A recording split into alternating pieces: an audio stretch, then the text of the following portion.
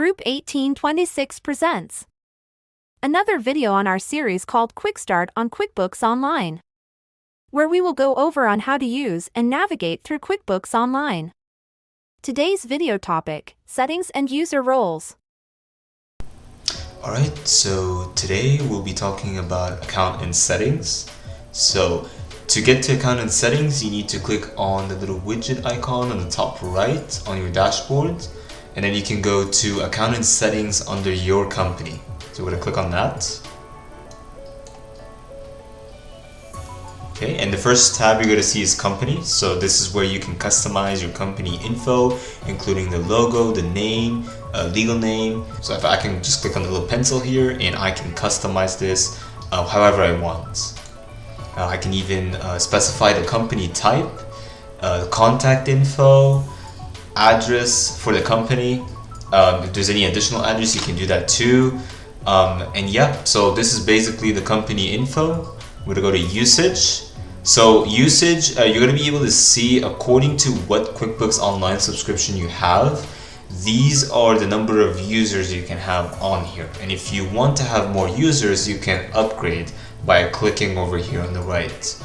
You can also see how many chart of accounts you have, classes and location if you have those configured and are using those, and tag groups as well.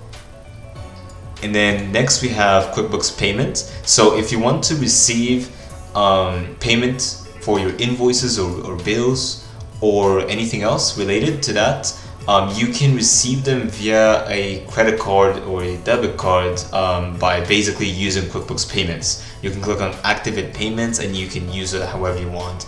Those are the various different types of payments you can use as well. And also ACH bank accounts or bank payments and PayPal. And then we're just going to skip over QuickBooks checking. We're going to go to sales. So these are your preferences and settings for sales. Some of the things that I'm going to highlight here is like products and services. Do you want to see the column of the product and service on sales form? You can turn that on or off. Do you want to see the SKU column? You can turn that on or off. Price rules. You want to track quantity and price rates. We can go down a little bit. You can check other various things such as reminders. Do you want an automatic invoice reminder?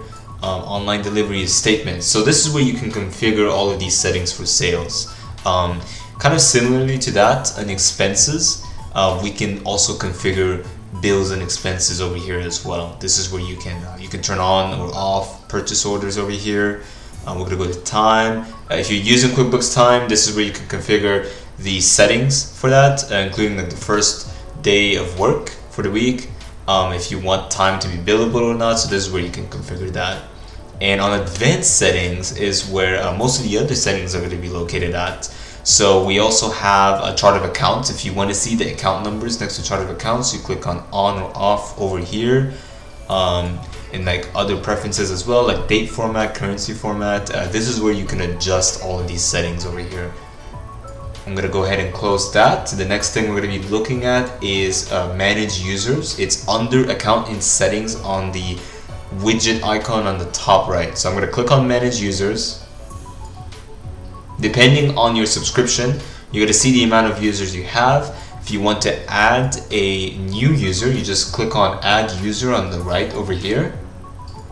And then you can adjust the name. I'm just going to say test. I'm going to say customer for last name.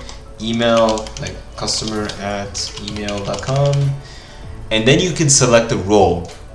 So there's various roles. I'm going to attach a PDF sheet for that, like what each role has access to on the description of the video. So you can see what each role does, and you can even view permissions. So you can have your own custom role by adjusting these permissions over here. And you can check here. And yeah, that'll be it.